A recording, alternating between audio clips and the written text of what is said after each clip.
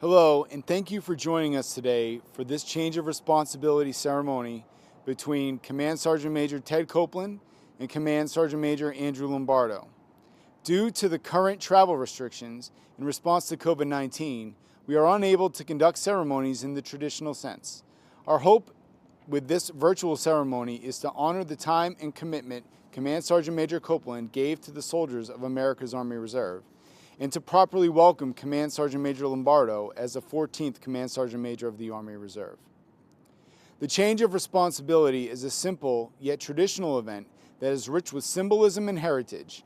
The key to the ceremony is the passing of the colors.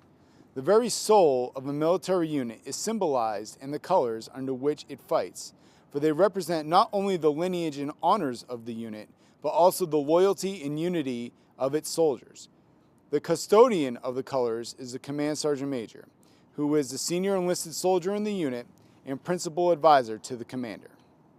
Ladies and gentlemen, the Chief of Army Reserve and Commanding General, U.S. Army Reserve Command, Lieutenant General Charles Luckey. Team Double Eagle 6, Fort Myer, Virginia. Just want to recognize a couple outstanding non-commissioned officers in America's Army Reserve. Saying goodbye to Command Sergeant Major Ted Copeland. And we're going to be welcoming in Command Sergeant Major Lombardo here over the next few days, next week or two. I wanted to share with you a couple thoughts on both these great leaders. First and foremost, Sergeant Major Copeland. So Sergeant Major Copeland's been doing an incredible job for this team for the last 4 years.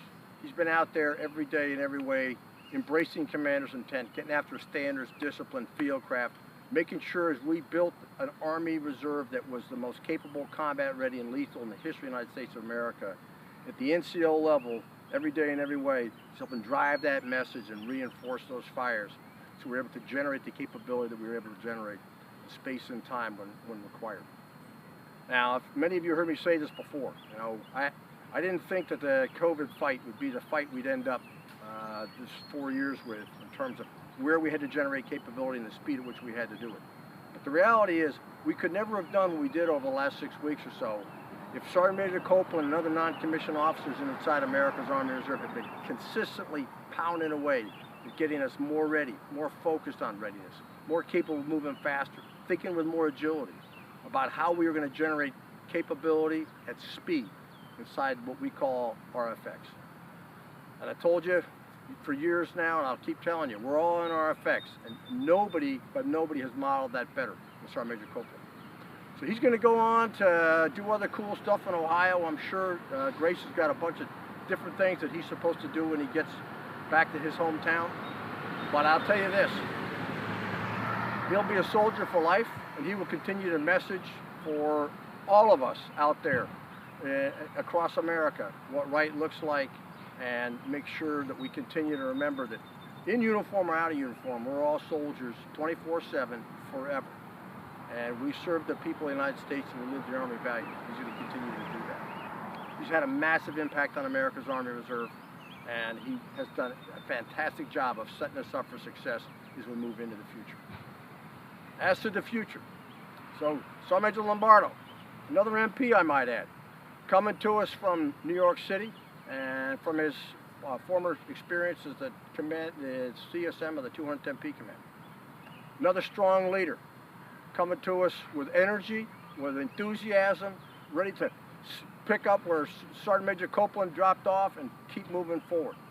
We're going to continue into the future to build the most capable, combat-ready, and lethal Federal Reserve Force in the history of the United States of America. And I'm looking for Sergeant Major Lombardo, who I personally picked for this job, to make sure that the focus on standards, discipline, and getting after it, doing the right stuff the right way, continues to happen. Both in the non-commissioned officer corps, but also as an example for all the officers out there, many of whom have learned an awful lot, if not most of what they know, from NCOs and soldiers over the years of experience. So I want to welcome Command Sergeant Major Lombardo to this new job. I've already talked to him about it in many respects, about the challenges of it, the scope of it. Reminded him that you're moving to a level now where you're responsible for 200,000 soldiers and civilians across 20 time zones and 350,000 family members. It's a big job, it's a lot of responsibility, and it's strategic in scope.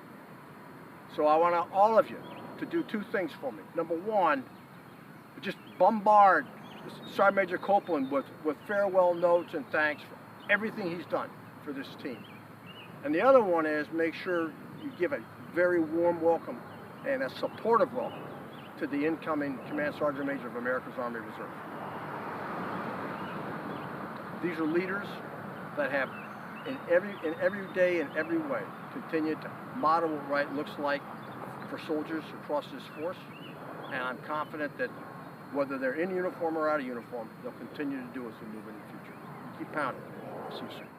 Ladies and gentlemen, the 13th Command Sergeant Major of the Army Reserve, Command Sergeant Major Ted Copeland. This is Command Sergeant Major Ted Copeland coming from Fort Bragg, North Carolina. For all who's watching, hopefully you're having a good Army day, and appreciate you taking the time to review the footage of the virtual change of responsibility. I want to say first thank you to Lieutenant General Lucky, who had selected me to be the Army Reserve, America's Army Reserve Command Sergeant Major.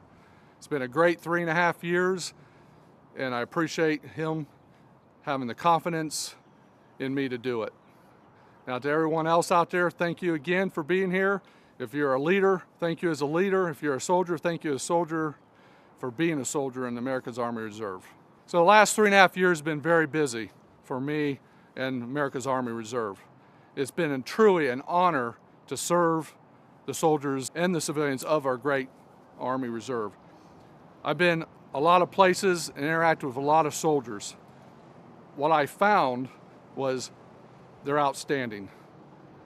They're sacrificing their time, their family's time, and even their employer's time to do what they have to do for the Army Reserve.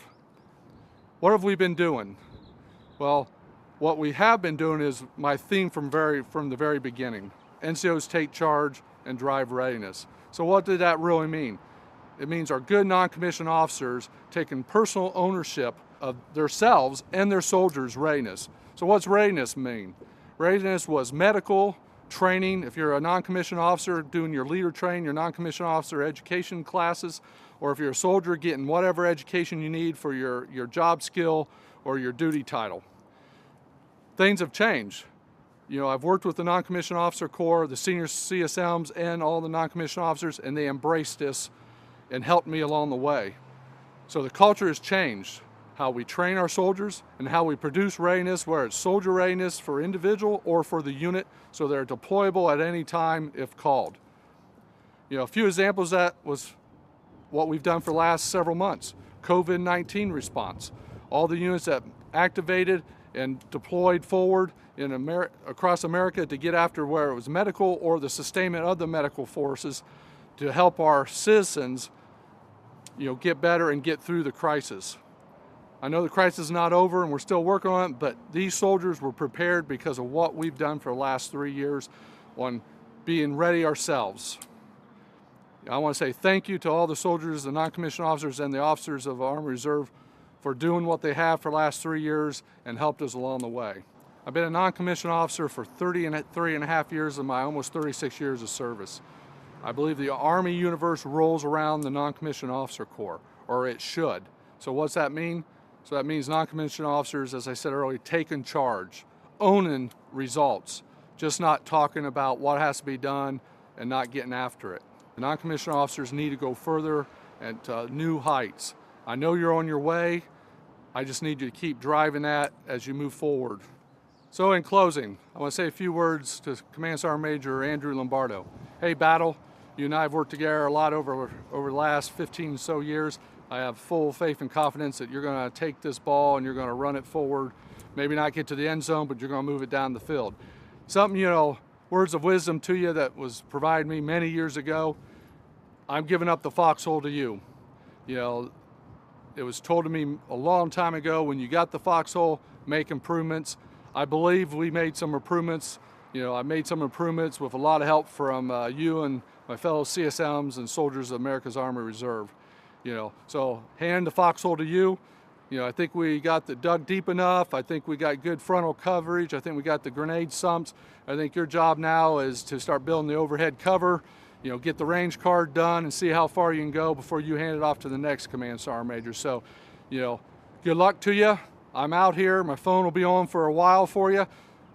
but I'll let you know when I'm going to shut it off, and you're not going to get me no more. So, but I'll be there as long as you need me. Battle. A few people I want to thank. First is my wife, Grace. She's been with me on the whole journey. We've been married over 37 years, so when I came into the Army and went on active duty, she came into the Army and on active duty with me. She's sacrificed a lot, and I owe her a lot, so I want to say thank you, dear, and I love you. To my oldest child, my daughter Anna, she's lived this dream the whole time too. She was 2 years old when I went on to active duty 37 years ago. She's been many places, and she's grown up without her dad a lot. So I want to say thank you for all her support, her helping her mother and her two brothers as they grew with me not being gone. To my middle child, my son Travis, he was born on active duty at Fort Campbell. He's been through this almost the whole run too. Same thing, sacrifice. Dad wasn't there growing up, and he supported his mom as he got older and helped, and I truly appreciate that. And the last is my youngest child, my son Trevor, who was born in 1997, and he's lived pretty much everything since 9/11. And Dad wasn't around a lot in the last 20-some years. Mobilized, deployed 4 times. This job in the last 3.5 years I've been gone, and he sacrificed just as much as his siblings and his mother. So to the whole family, I want to say thank you for everything. I owe you a lot. I'll be coming home soon, and I'll be paying back, I'm sure. Now to everyone else, all the leaders I've worked for, all the soldiers I've worked with and for, I want to say thank you. Been a great run. Wouldn't have changed a thing. Changed me completely, changed my family, everything you've done for me and with me. And good luck in your future endeavors if you're still in the Army. Hopefully your Army career keeps going well, and good luck to you there. And I'm going to close it out now. This is Double Eagle 7, Command Sgt. Major Copeland, signing off the net. Thank you. Ladies and gentlemen, the 14th Command Sergeant Major of the Army Reserve, Command Sergeant Major Andrew Lombardo. Team, good morning. Good morning, general officers, distinguished guests, Army civilians, fellow non-commissioned officers and soldiers, and my family and friends watching at home. I first thank General Lucky for allowing me the opportunity to serve in this position of trust. When I give speeches, I tend to talk about history, unit history, colors, battles, and the importance of knowing where we came from. I've had the great honor of serving with the Gold Sword Brigade, the soldiers of the century, the battle babies, and serving of the troops for the troops. Today, I represent 112 years of Army Reserve soldiering across 20 time zones, though I assure you I'm not that old. Though my first annual training was in the Army Reserve was way back in 1988 at Fort Dix, now Joint Base McGuire-Dix Lakehurst. If you've ever been to JBMDL, you've seen the statue of the soldier on the advance. The inscription says, "This monument is dedicated to the only indispensable instrument of war, the American soldier, the ultimate weapon." That inscription inspired me 32 years ago. It inspired me when it was my first unit insignia as a Command Sergeant Major, and it inspires me now. 190,000 of us today are on the advance. We're a group of men and women of every race, color, and creed, striving together to be the ultimate weapon. We're all soldiers, defending the Constitution and the values embedded in it, like those who served before us through all 112 years of the Army Reserve's storied history. Army Reserve soldiers are indispensable, whether we're securing detainees at Guantanamo Bay, defending freedom in the CENTCOM area of operations, executing communication strategies, influencing and disrupting our adversaries' decision-making processes, or most recently, answering the nation's call as urban augmentation medical task forces and mortuary affairs teams. And never forget, in the Army Reserve, you can do both. You're also citizens, grocery store clerks, factory workers, teachers, sanitation workers, engineers, firefighters, gas station attendants, cooks, computer geeks, truck drivers, doctors, business owners, lawyers, EMTs, and like me, cops. We can meet any challenge thrown at us in 2020 and beyond. The Ultimate Weapon statue has had a few refreshers here and there, and we have too. We're going from push-ups and sit-ups to shuttle runs and leg tucks, from Jeeps to joint light tactical vehicles, from pinks and greens all the way back to the new Army greens. We're not just stronger and faster, we're smarter, more innovative, and more lethal. Even with at-home haircuts, we're ready. And we must remain that way in the face of today's many challenges. We meet these challenges head on, and as always, we'll meet them because of who we are. I follow an Ultimate Weapon in Command Sgt. Major Ted Copeland. I'm honored for the opportunity to build on Command Sgt. Major Copeland's success and to lead in the development of the next generation of soldiers, non-commissioned officers, and leaders in the United States Army Reserve. Double Eagle 7, signing on the net. Traditionally, the color bearer passes the colors to Command Sergeant Major Copeland, who in turn passes the colors to Lieutenant General Lucky, symbolizing the relinquishment of responsibility and the authority as the Army Reserve Command Sergeant Major.